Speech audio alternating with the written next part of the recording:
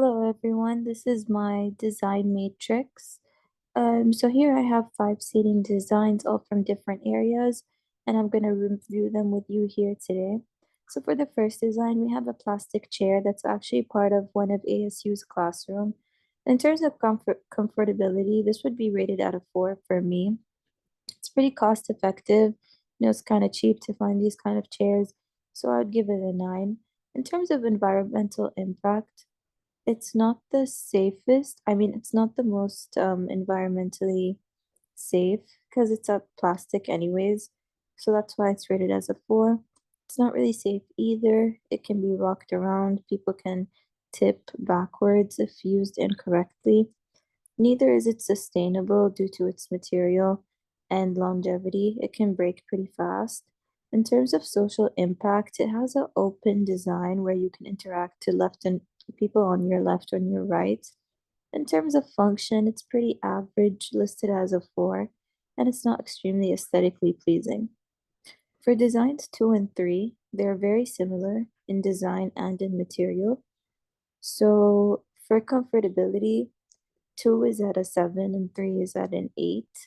And in terms of cost, it can be pretty expensive to find a chair like this, but in my assumption that it's fake leather, it can't be that expensive.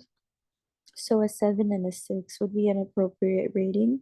Environmental impact, it can have a negative impact on the environment, especially if it was made of real leather. So that's why they're both at an 8. They're pretty safe in terms of their composition. And as for sustainability, I rated them both at a 9. In terms of social impact, I gave it a 6 and a 5 since its design isn't really open for interaction and it is a single chair that can give kind of way to be isolated. For function, I gave them both a 7. They're pretty functionable, they're comfortable, they serve its purpose. As for aesthetics, they're pretty nice to look at. They have a nice design. Nothing too intricate. They're very simple. So a 7 or an 8 is appropriate. In terms of design 4, this is actually the couch at my apartment. In terms of comfort, I gave it a 10 because it's a very comfortable couch with lots of padding and cushioning. In terms of cost, I gave this a 2. It was a pretty expensive couch for its size. This is mainly because of its brand, but quality comes into this purpose as well. As for environmental impact, it's made of cloth, which I don't find to have negative impact on the environment or any positive one. As for safety, I gave it a 10 because it is extremely safe. It's pretty close to the ground, maybe not for kids, but in terms of adults and proper use, it's very safe. Sustainability as well. It serves its purpose. Um, it's a good couch. Social impact, I gave a 10 because several people can be seated at this couch. It gives a lot of interaction and intimacy. Function, also a 10. It serves its purpose and it does what it needs to do. And for aesthetics, 9, mainly because I chose this couch based on its looks and it's well fitted into the apartment. As for chair number 5, this is a massage chair at my family home. For comfort, I gave it a 10. It's a massage chair. People enjoy sitting at it when they come visit our home.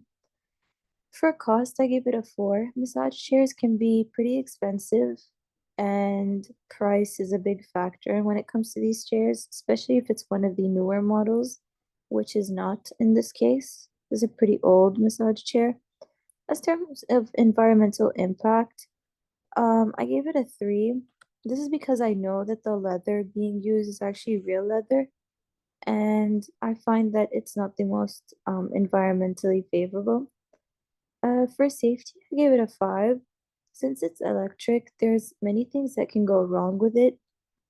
Um, it can kind of trap you in, which happened a few times. So that's why I gave it a 5. For sustainability, um, I don't find it to break pretty often. It does use up a lot of electricity, um, so that might not be very sustainable.